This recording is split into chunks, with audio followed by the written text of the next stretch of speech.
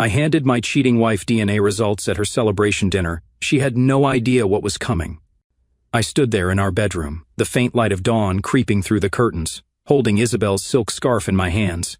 It was soft, delicate, the kind of thing she'd wear to some fancy hospital dinner or a night out with her doctor friends. But that morning, it felt like a knife twisting in my gut. The smell hit me first, a sharp, musky cologne that wasn't mine, clinging to the fabric like an unwanted guest.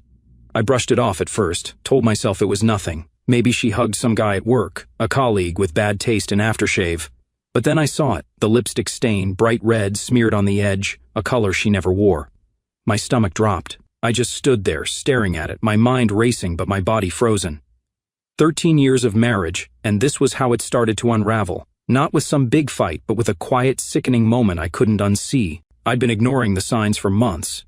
Isabel's late nights at the hospital had become normal. Her excuses, busy shift or paperwork piled up, routine. I didn't push her on it. I trusted her. She was a pediatrician, for God's sake. Saving kids was her life. And me? I was busy too. Crunching numbers as a financial consultant, keeping our life in Ridgewood Heights afloat. We had a good setup. A big house with a wraparound porch, Cole and Ava running around the backyard. A marriage that looked solid to anyone watching. But that scarf changed everything. I dropped it on the dresser and noticed something else. My shirt, the one she'd worn last night after spilling wine on her dress, was hanging over the chair. I picked it up, and there it was, another lipstick mark on the collar, same red. My chest tightened. This wasn't an accident. She wasn't just cheating, she was leaving clues, like she wanted me to catch her. I don't know how long I stood there, the shirt in my hands, my mind spinning. The kids were still asleep down the hall. Cole, 11, probably dreaming about baseball, and Ava, 8, curled up with that stuffed bunny she never let go of. The house was silent, but inside my head, it was chaos. How long had this been going on? Who was he? Some doctor she worked with? A patient's dad? I kept picturing her laughing with someone else, her hand on his arm while I sat home making dinner for the kids. My throat burned. I wanted to scream, to shake her awake and demand answers. But I didn't. I just put the shirt back, smoothed it out like nothing was wrong, and went downstairs to make coffee. That's when it hit me. Isabel didn't just break my trust, she broke us. And worse, she was daring me to do something about it. The rest of the morning passed in a blur. Isabel came downstairs, all smiles, her hair still damp from the shower. "Morning, Adam," she said, grabbing her mug like it was any other day. I nodded, muttered something back, but my eyes kept darting to her neck, wondering if that cologne was still on her skin. She didn't notice, or didn't care. She kissed the kids goodbye, grabbed her bag, and left for work. I stood at the kitchen window, watching her car pull out of the driveway, my hands clenched around the sink.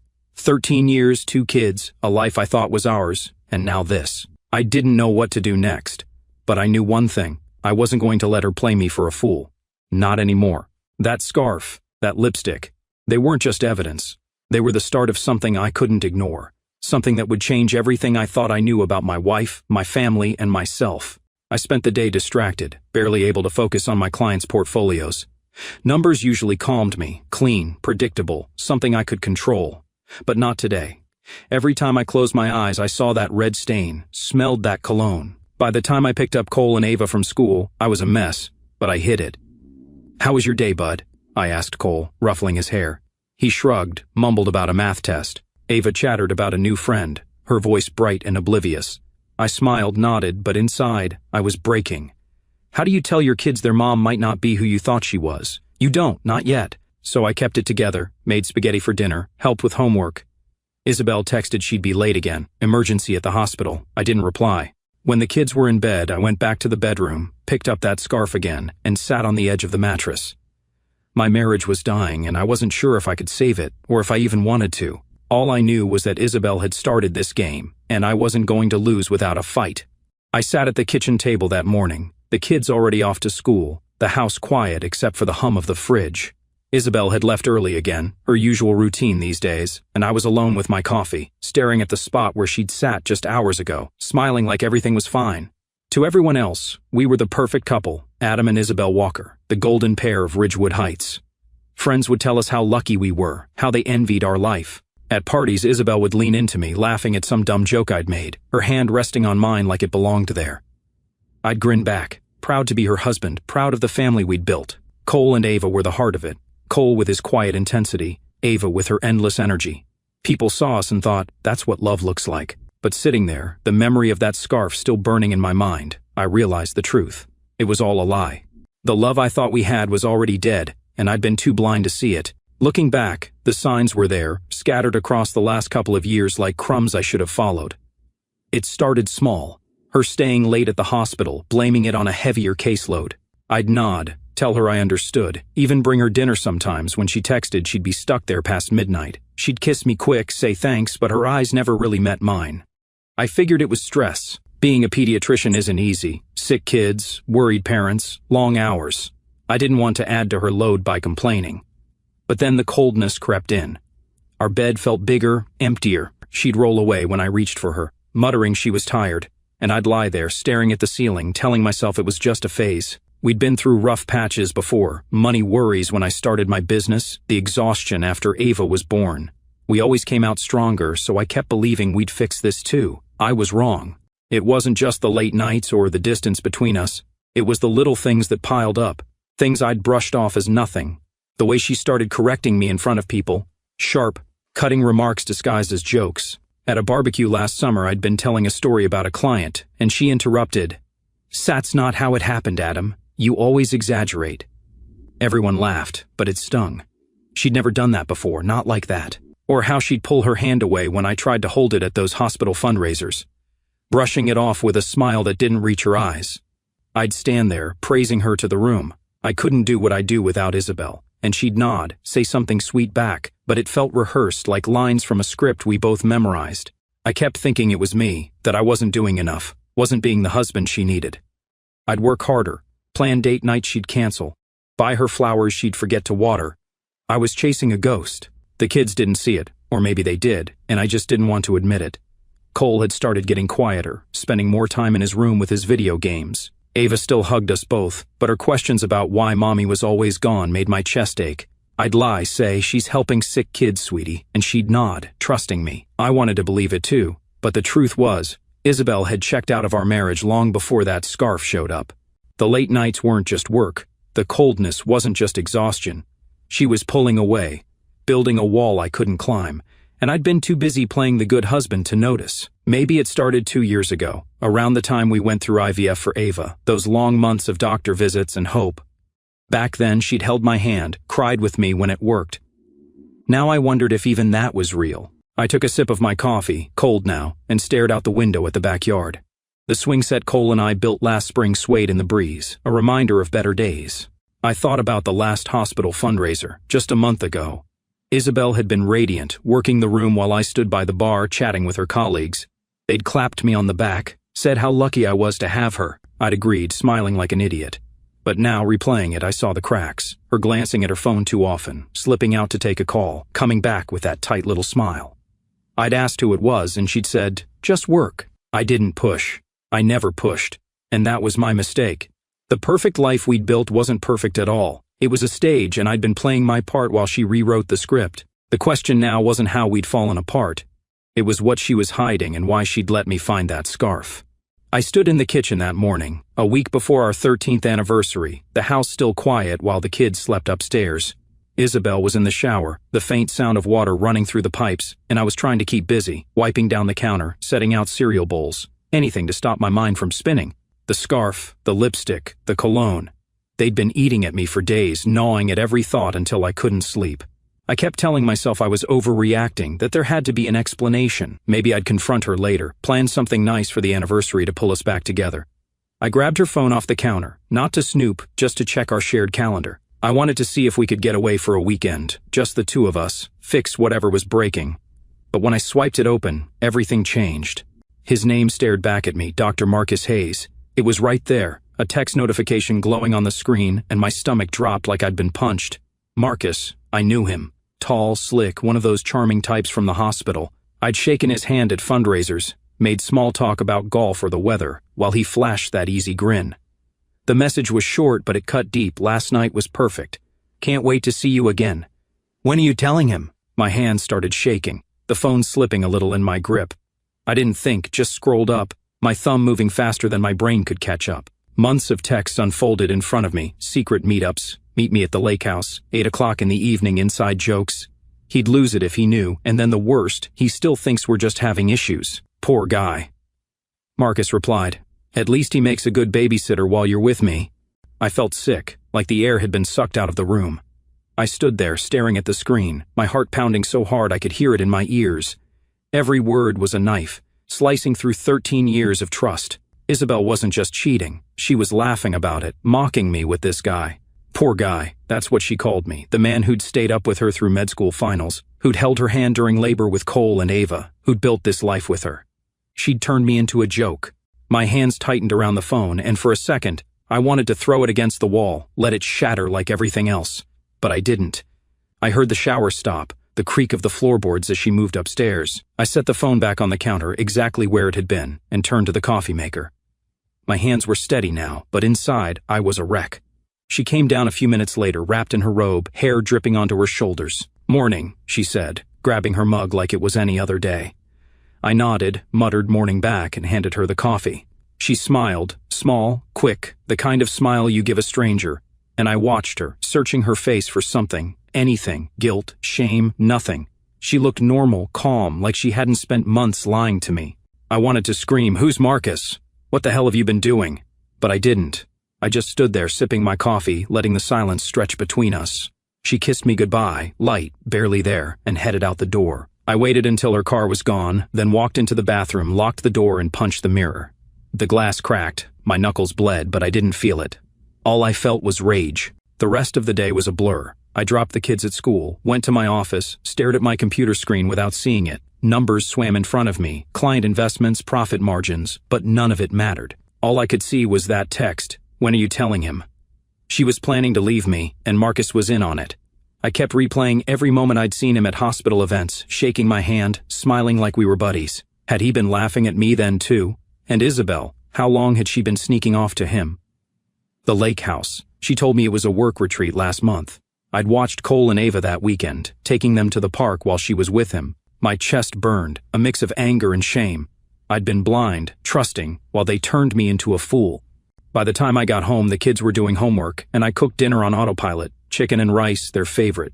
Isabel texted she'd be late again, hospital stuff. I didn't reply. After the kids were in bed, I sat on the couch, the house dark around me, and let it sink in. She wasn't just cheating, she was done with me, with us. And she'd been stringing me along until she was ready to pull the plug. The text proved it. Months of lies, months of her slipping away while I held everything together. I thought about the scarf, the lipstick, the cologne.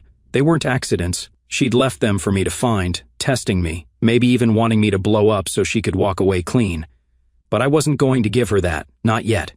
I'd play along, keep quiet, figure out my next move, because if Isabel thought she could break me and walk away smiling, she was dead wrong. I waited until the kids were asleep that night, the house settling into that heavy quiet that comes after a long day. Cole's light was off, Ava's bunny tucked under her arm. I checked on them both, kissed their foreheads, told them I loved them. It was routine, something I'd done 1,000 times, but tonight it felt different, like I was holding on to them tighter because everything else was slipping away. Isabel was downstairs, scrolling through her phone on the couch, the blue light flickering across her face. I'd been carrying those texts in my head all day. Marcus, her lies, the way they'd laughed at me. My knuckles still stung from punching the mirror, a dull ache that matched the one in my chest. I couldn't keep pretending, not after what I'd seen. So I took a deep breath, walked into the living room, and stood in front of her. It was time to end the game. "Are you sleeping with Marcus?" I asked, my voice low but steady. I didn't yell, didn't shake, just looked at her, waiting. She didn't even flinch. She set her phone down, slow and deliberate, and met my eyes. "Yes," she said, flat, like she was telling me she'd picked up milk from the store. No hesitation, no apology, just that one word hanging there between us. I felt my throat tighten, my hands clench at my sides. But I didn't move. Her face was blank, almost bored, like my whole world crashing down was just an annoyance to her. I'd spent 13 years in this house with her, nights whispering about our dreams, mornings planning our future, and now she was sitting there, acting like I was nothing. "I want a divorce, Adam," she added, leaning back against the couch, crossing her arms. That was it. No tears, no fight, just a demand, cold and final. I didn't say anything at first. I just stared at her, trying to find the woman I'd married in those hard, empty eyes. Where was the Isabel who'd laughed with me over burnt dinners, who'd cried in my arms when her dad died? She was gone, replaced by this stranger who'd been planning her exit while I played the clueless husband. I wanted to beg, to ask why, to demand how she could throw us away like this, but I didn't. Something in her tone, the way she said it, so sure, so practiced, told me she'd been ready for this a long time. This wasn't a spur-of-the-moment thing. She'd thought it through, probably rehearsed it with Marcus, and I was just the last box to check off. So I nodded, slow, and said, okay. Her eyebrows lifted a little, like she'd expected me to fall apart, but I turned and walked upstairs, leaving her there. Because I wasn't going to give her the satisfaction of seeing me break. The next morning, I woke up to the sound of her moving around the kitchen. I stayed in bed for a minute, staring at the ceiling, the weight of last night pressing down on me. My marriage was over, just like that, with one word and a shrug. I got up, got dressed, and went downstairs.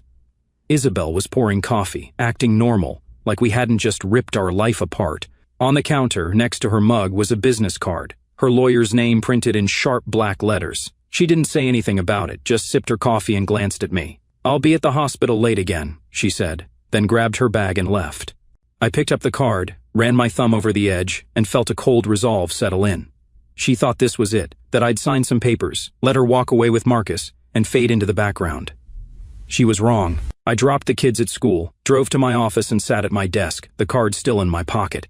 My hands weren't shaking anymore. The shock was gone, replaced by something harder, sharper. Isabel had played me, sure, but I wasn't going to crumble like she expected.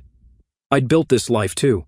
Our home, our family, my career, and I wasn't just some pawn she could toss aside. I thought about Cole and Ava, their faces last night, so peaceful in sleep. They didn't deserve this mess, but I'd be damned if I let her take them from me. And Marcus, smirking, texting her while I watched our kids, he didn't get to win either. I pulled out my phone, searched his name, found his bio on the hospital website, Dr. Marcus Hayes, pediatric surgeon, all polished and perfect. I hated him, but I hated her more for letting him in. By lunchtime, I'd made a decision.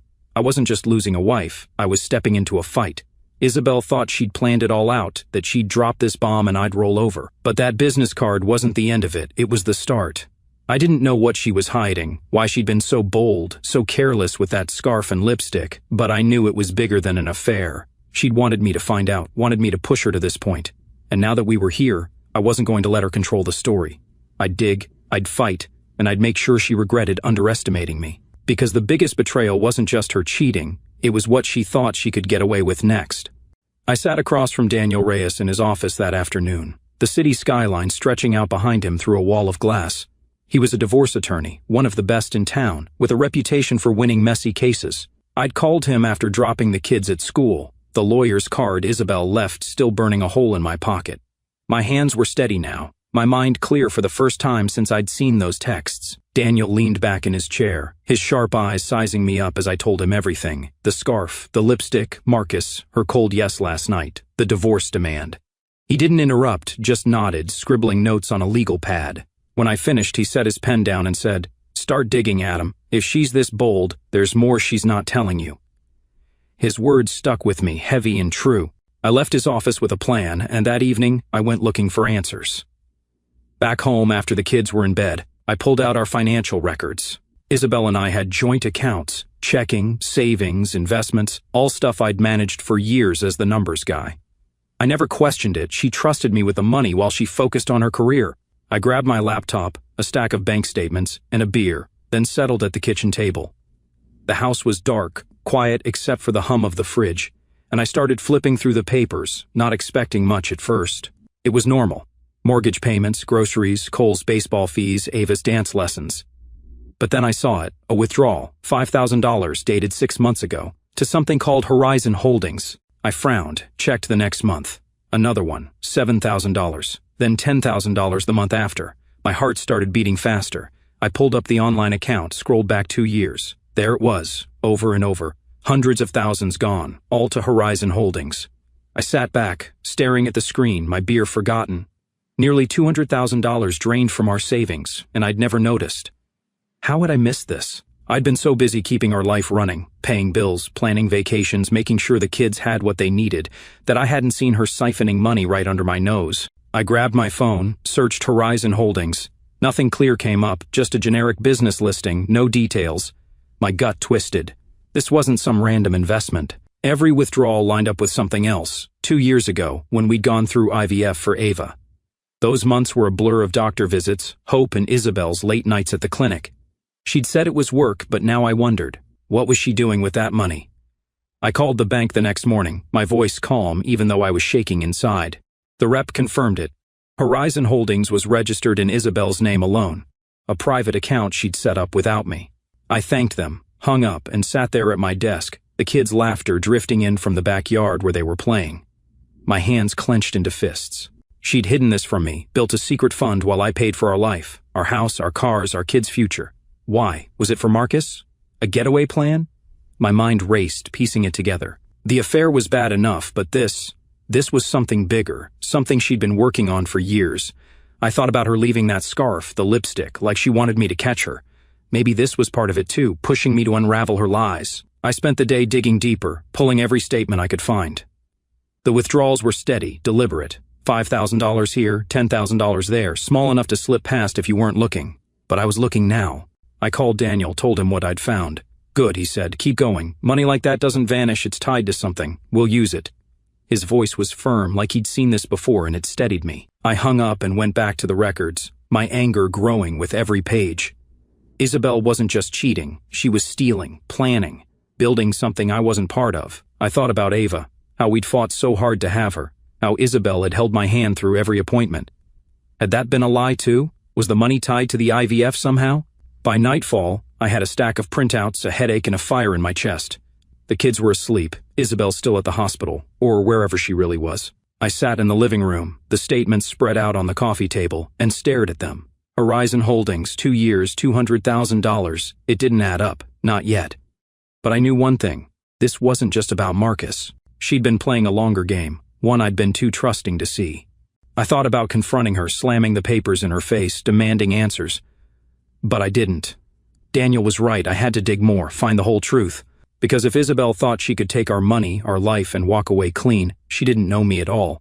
I wasn't just fighting for a divorce now. I was fighting for everything she tried to hide.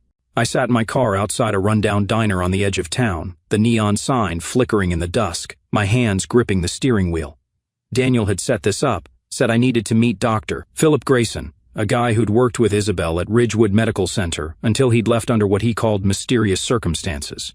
After finding the money tied to Horizon Holdings, I couldn't shake the feeling that Isabel's secrets ran deeper than an affair.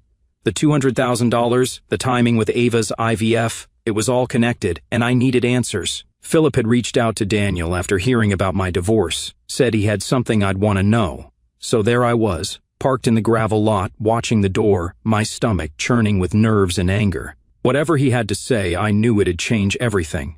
He walked in first, a wiry guy, mid-50s, with graying hair and tired eyes.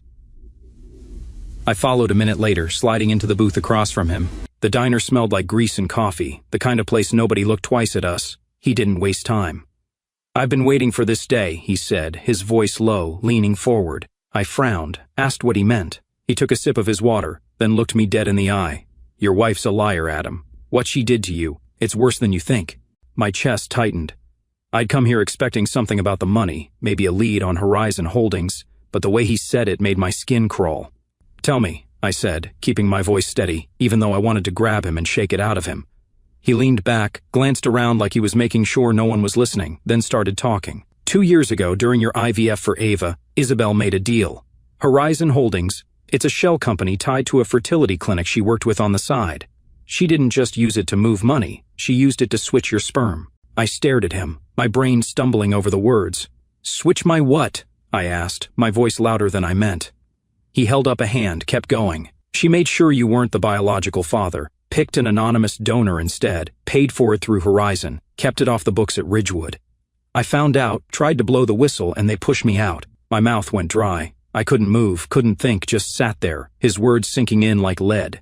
I thought about Ava, her big brown eyes, her wild curls, the way she'd climb into my lap and call me daddy.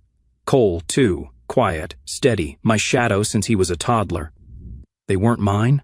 Isabel had done this, lied to me, to them, to everyone. I gripped the edge of the table, my knuckles white. Why? I managed to choke out. Philip shrugged, his face grim. Power, maybe. Control. Or just because she could. She's cold, Adam. You know that now. I did. The scarf, the lipstick, the way she'd said yes about Marcus, it all fit. She wasn't just cheating, she'd rewritten our family, taking my kids from me before I even knew it. I wanted to scream, to drive home and tear into her, but I just sat there, numb. Philip slid a folder across the table, copies of emails, clinic records, proof he'd dug up before they fired him. "This will hold up in court," he said. "Use it." I nodded, took the folder, my hands shaking as I flipped through it. Dates, payments, Isabel's signature, it was all there. 2 years ago, while I'd been sitting in waiting rooms hoping for Ava, she'd been plotting this. The $200,000 wasn't just for her and Marcus, it was for this, to pay off the clinic, to bury the truth. I looked up at Philip. "Why tell me now?" He sighed. "Because I've got a daughter too. If someone did this to me, I'd want to know." I thanked him, slid out of the booth, and walked back to my car, the folder heavy in my hands. Driving home, my head was a mess. The kids were with a sitter, Isabel working late again, and I kept seeing their faces. Cole's grin when he hit a home run, Ava's laugh when I tickled her. Not mine, biologically, sure, but what did that change? I'd raised them, loved them, been their dad every day. But Isabel, she'd known all along, kept this secret while I built our life around a lie. I pulled into the garage, sat there in the dark, the engine ticking as it cooled. My hands gripped the steering wheel again, tighter this time. She'd taken more than my trust, more than our marriage. She'd taken my kid's truth, and I'd never forgive her for that. I went inside, locked the folder in my desk, and poured a drink. The house was too quiet, too empty without the kids' noise. I thought about confronting her when she got home, showing her the proof, watching her squirm. But I didn't, not yet. Philip's words echoed. "Use it." I would, but I'd do it right. I'd get DNA tests, build a case, hit her where it hurt. Because this wasn't just betrayal, it was fraud, a crime, and she'd pay for it. I finished my drink, set the glass down, and made a promise to myself. Isabel thought she'd won, thought she could remake our family and walk away. She was wrong. I'd fight for Cole, for Ava, for me, and I'd make sure she lost everything. I woke up the next morning with a weight on my chest, the kind that doesn't lift no matter how deep you breathe.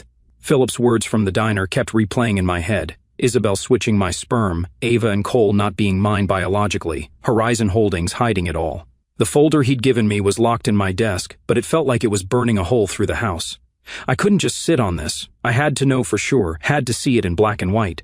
So after dropping Cole and Ava at school, I drove to a drugstore across town, one where nobody'd recognize me. My hands shook as I grabbed 2 DNA test kits off the shelf, the kind you swab and send off. I paid cash, avoided the cashier's eyes, and got out of there fast.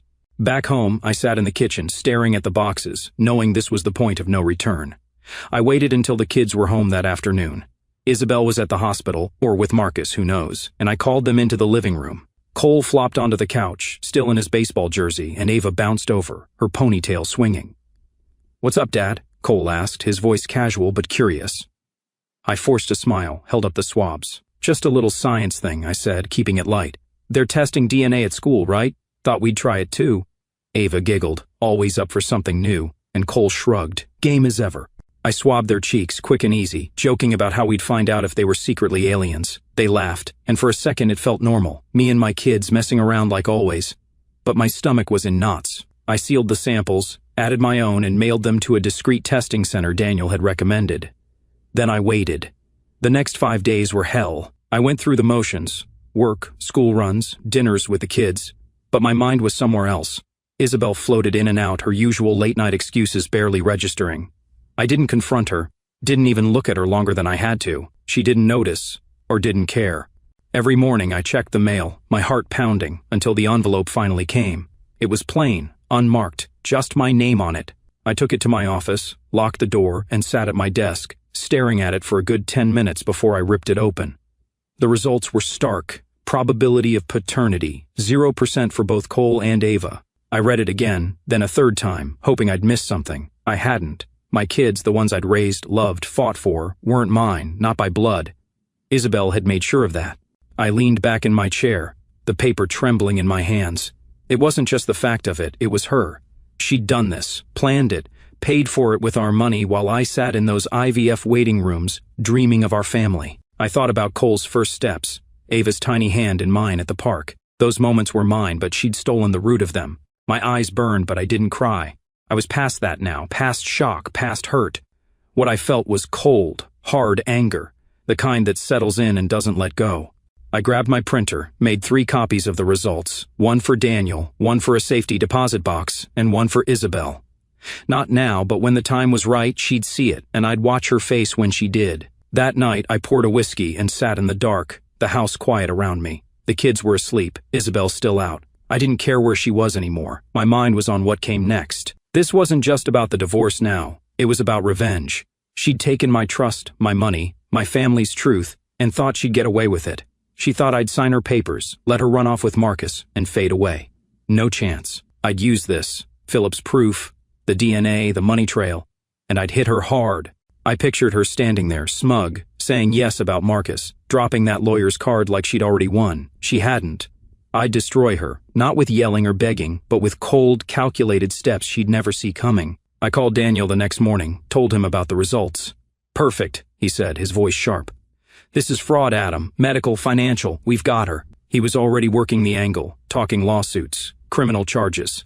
I nodded along, but my mind was elsewhere, on Isabel, on the life she'd built on lies. I thought about the hospital, her pristine reputation as a pediatrician. She'd lose that, her career, her smug little world with Marcus. I'd take it all. I hung up, went to my desk, and pulled out Philip's folder again, cross-checking dates with the bank statements. It lined up perfectly. Every payment to Horizon Holdings matched the IVF timeline. She'd been so careful, but not careful enough. By the time Isabel got home that night, I was calm. Too calm, maybe. She walked in, tossed her bag on the counter, and barely glanced at me. "Kids asleep?" she asked. I nodded, sipping my coffee. She didn't say anything else, just went upstairs. I watched her go, knowing she had no idea what was coming. The DNA results were my weapon, and I'd use them when it hurt her most. This wasn't just about ending a marriage anymore. It was about making her pay. For Cole, for Ava, for every lie she'd fed me. And I'd enjoy every second of it. I stood in front of the mirror that morning, adjusting my tie, my reflection staring back at me with hard, steady eyes. Tonight was the Ridgewood Medical Gala, the big annual event where Isabel would get her Medical Excellence Award, a shiny plaque for her shiny life, all built on lies. She'd been buzzing about it for weeks, picking out a dress, practicing her speech, acting like she deserved every bit of praise. I'd nodded along, played the supportive husband, but inside, I was counting down to this moment. She had no idea what I'd been doing, meeting with Daniel, gathering evidence from Philip, locking the DNA results and bank records in a safety deposit box. The hospital board had it all now, thanks to a quiet tip from Daniel. The district attorney was circling, and lawyers for other families, victims of her fertility scam, were sharpening their knives. Tonight wasn't her triumph, it was her reckoning, and I'd be there to watch it fall apart. I drove the kids to my sister's place that afternoon. Cole grumbled about missing his game. Ava hugged me tight and asked why I looked so serious. "Just a big night, kiddo," I said, ruffling her hair. I didn't tell them their mom's world was about to crash. They'd find out soon enough, and I'd protect them when it did. Back home, I got ready, slipping into my best suit. The black one Isabel always said made me look sharp. She was already gone, prepping at some salon, probably texting Marcus about their big celebration later. I checked my phone. Daniel's last message, it's set. "Board's meeting now. Stay cool." I tucked it in my pocket, grabbed my keys, and headed to the gala, my pulse steady but my mind racing with what was coming. The venue was packed when I got there. Doctors, donors, hospital bigwigs milling around under chandeliers, clinking glasses of champagne. I spotted Isabel across the room, radiant in a deep blue dress, laughing with a group of colleagues. Marcus was there too, hovering close, his hand brushing her arm. I clenched my jaw but kept moving, blending into the crowd. People nodded at me, said, "Hi, good to see you, Adam or Isabel's night, huh?" And I smiled back, tight and polite. They didn't know I wasn't here to cheer her on. I grabbed a drink, leaned against the bar, and waited. The program started soon after. Speeches, awards, the usual pomp. When they called her name, the room erupted in applause. She walked up, all grace and confidence. And I watched, my stomach twisting with a mix of anger and satisfaction. Her speech was perfect, humble yet proud, thanking her team, her patients, even me with a little wave in my direction. "Couldn't do it without my family," she said, and the crowd ate it up. I raised my glass, played along, but my eyes were on the board members in the front row. They weren't clapping anymore. One of them, Dr. Ellis, the hospital chair, whispered to the woman next to him, his face grim. Isabel didn't notice. She was too busy soaking in the spotlight. When she finished, the applause was loud but died fast. Dr. Ellis stood, stepped to the mic, and cleared his throat. "Thank you, Dr. Walker," he said, his voice tight. "Before we move on, we have an announcement." Isabel froze, her smile faltering. I straightened up, my heart pounding. We've received serious allegations, Ellis continued, regarding Dr. Walker's conduct, specifically financial and medical misconduct tied to Horizon Holdings and fertility treatments. Effective immediately, she's suspended, pending investigation. The room went dead silent, then erupted in murmurs. Isabel's face drained of color, her award slipping in her hands. She looked around, panicked, her eyes landing on me. I met her gaze, calm and cold, and took a slow sip of my drink. Marcus stepped back, his charm gone, confusion taking over. People started whispering, "What's Horizon Holdings? Misconduct?" And I saw her realize it. This wasn't a mistake, this was planned. She stumbled off the stage, reporters already swarming, and I stayed where I was, watching her unravel. I didn't move until she pushed through the crowd toward me, her eyes wild. "You did this," she hissed, her voice shaking. I set my glass down, leaned in close. "You did this to yourself," I said, quiet but firm. "Enjoy your award." She stared at me, fury and fear mixing in her face, then turned and bolted for the exit, Marcus trailing behind like a lost puppy. The room buzzed around me, shock, questions, phones lighting up with texts. But I felt steady, almost light. I'd pictured this moment for days, planned every step with Daniel, and it had gone better than I'd hoped. Her career, her reputation, it was crumbling, and I'd lit the match. I left soon after, the cool night air hitting me as I stepped outside. My phone buzzed. Daniel again, Dawes moving fast. She's done. I nodded to myself, got in my car, and drove home. The house was empty, the kids still at my sister's, and I sat in the living room, replaying it all. Isabel's smug smile fading, the board's announcement, the look on her face. It wasn't over, not yet, but tonight was mine. She'd thought she could cheat, lie, and walk away clean. I'd made sure she couldn't. And as I poured a drink and settled into the silence, I let myself enjoy it, every single second of her fall. I woke up the next morning with a strange calm settling over me, the kind that comes after a storm you've been bracing for. The gala had been a knockout punch. Isabel's award night turned into her public humiliation, and I'd watched it unfold with a satisfaction I hadn't expected. She texted me late, a string of furious messages. "How could you? You'll regret this," but I didn't reply. Let her stew. Today I had one more move to make, one I'd been saving for the perfect moment. She and Marcus were celebrating at La Bella Vita, our favorite restaurant, the place where I'd proposed 13 years ago. I'd heard her on the phone yesterday, planning it before the gala went south, probably thinking they'd toast her victory. Now it'd be something else entirely, and I'd be there to deliver the final blow. I spent the day with the kids at my sister's, keeping things normal. Helped Cole with his math homework, played dolls with Ava. They didn't know about the gala yet, and I wasn't ready to tell them. "Where's Mom?" Ava asked at one point, her voice small. I forced a smile, said, "She's busy with work, sweetie, she'll see you soon." It wasn't a lie, not really, she'd have to face them eventually. By evening, I dropped them back home with the sitter, got dressed, dark slacks, a crisp shirt, no tie, and grabbed the envelope from my desk. Inside were the DNA results, stark and undeniable, probability of paternity, 0%. I'd made an extra copy just for this, folded it neat, and slipped it into my jacket. My hands were steady as I drove to the restaurant, the city lights blurring past. This wasn't about anger anymore, it was about finishing what she'd started. I walked into La Bella Vita 20 minutes after they'd arrived. I'd called ahead, asked the hostess to text me when they sat down. The place was warm, familiar, all soft lighting and clinking glasses, the smell of garlic and wine in the air. I spotted them right away, Isabel and Marcus at a corner table, her in a red dress, him in a suit, both leaning close over half-empty wine glasses. She was talking, her hands moving fast, probably raging about last night. Marcus looked tense, nodding along. I stood by the door for a second, watching, my chest tight with the memory of proposing there, down on one knee, her laughing yes, the whole room clapping.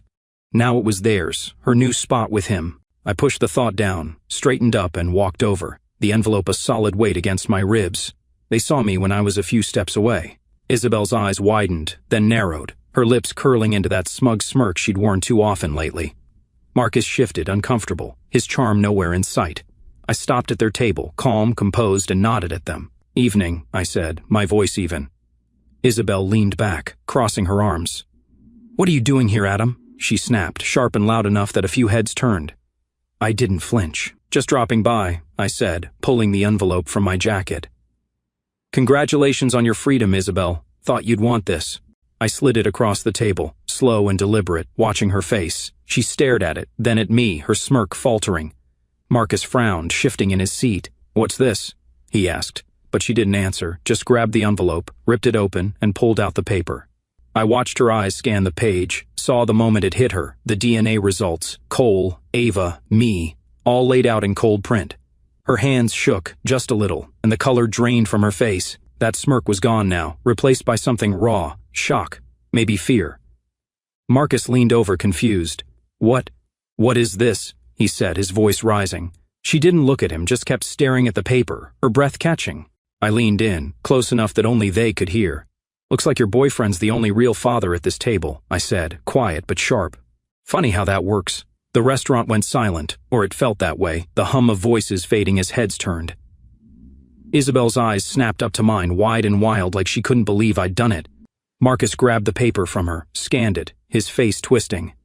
"Isabel, what the hell?" he started, but she cut him off, slamming her hand on the table. "You bastard," she hissed at me, her voice trembling. I straightened up, met her glare with a steady one of my own. "Takes one to know one," I said, then turned and walked away, feeling their eyes on my back. The room buzzed again, whispers, gasps, but I didn't look back.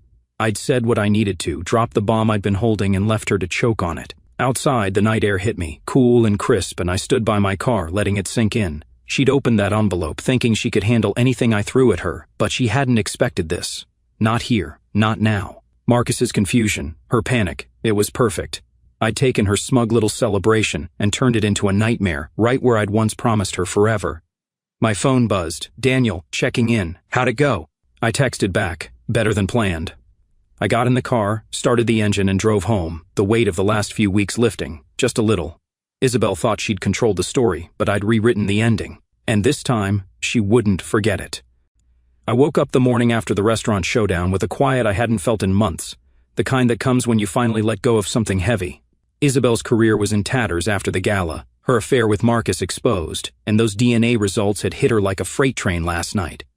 I could still see her face, pale, shaken, that smug mask cracked wide open. The kids were still asleep down the hall, the house peaceful for once, and I stood at the kitchen window, coffee in hand, watching the sun climb over Ridgewood Heights.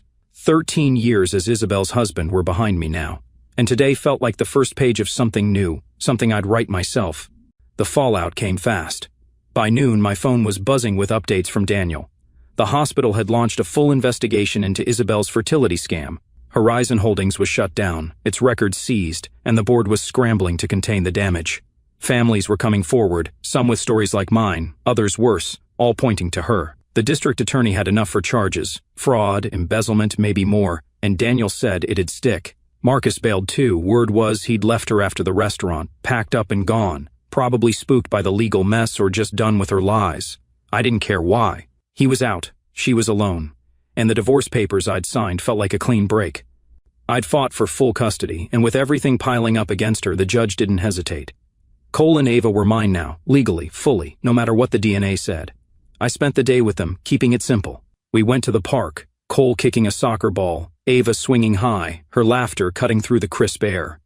They asked about Isabel again, and I kept it vague. "Mom's dealing with some stuff, but we're okay." They nodded, trusting me, and I held on to that. I'd tell them more when they were ready, when I could explain it without breaking their world apart. For now, they were happy, safe, and that was enough. Back home, we made pizza, messy dough everywhere, them giggling as I dropped cheese on the floor. It was normal, ours, and I felt lighter than I had in years. Isabel's shadow wasn't gone, but it was fading, and I was building something new in its place. That evening, Daniel called while I was cleaning up the kitchen. "The board's forming an ethics committee on medical fraud," he said. "They want you on it. Your story, your fight, they think it means something." I leaned against the counter, the phone warm against my ear, and thought about it. Me, Adam Walker, the guy who'd been Isabel's husband, her prop, now sitting on a committee to stop people like her. It wasn't what I'd planned. My life was numbers, spreadsheets, not this. But it fit. I'd lived it, lost to it, fought it. "Yeah," I said finally, "I'm in." He laughed, short and sharp. "Good, you've earned it." We hung up, and I stood there letting it sink in. A new role, a new purpose, something I'd chosen, not her. Isabel showed up later that night, unexpected. The doorbell rang, and there she was. Hair messy, eyes red, no trace of the polished doctor she'd been. The kids were in bed, thank God, and I stepped outside, closing the door behind me. "What do you want?" I asked, my voice flat. She hugged her arms, looked smaller than I'd ever seen her. I need to see them," she said, her voice cracking. I shook my head. "Not tonight. Not like this." She glared at me, some of that old fire flaring up. You've taken everything, Adam. My job, my life. I cut her off. You did that. You lied, you stole, you chose Marcus. Don't put this on me. She opened her mouth, closed it, then turned away, tears spilling down her face. I watched her go, her car peeling out, and felt nothing. No pity, no regret. She'd made her bed. The next few days were quiet, steady. I went back to work, met with clients, started rebuilding routines. The kids adjusted. Cole opened up more. Ava clung a little less. People talked, neighbors, friends, asking about the scandal, but I kept it short. We're moving on, I'd say, and they'd nod, leave it alone. The hospital sent an official invite for the ethics committee, and I signed on. Meetings were set for next month.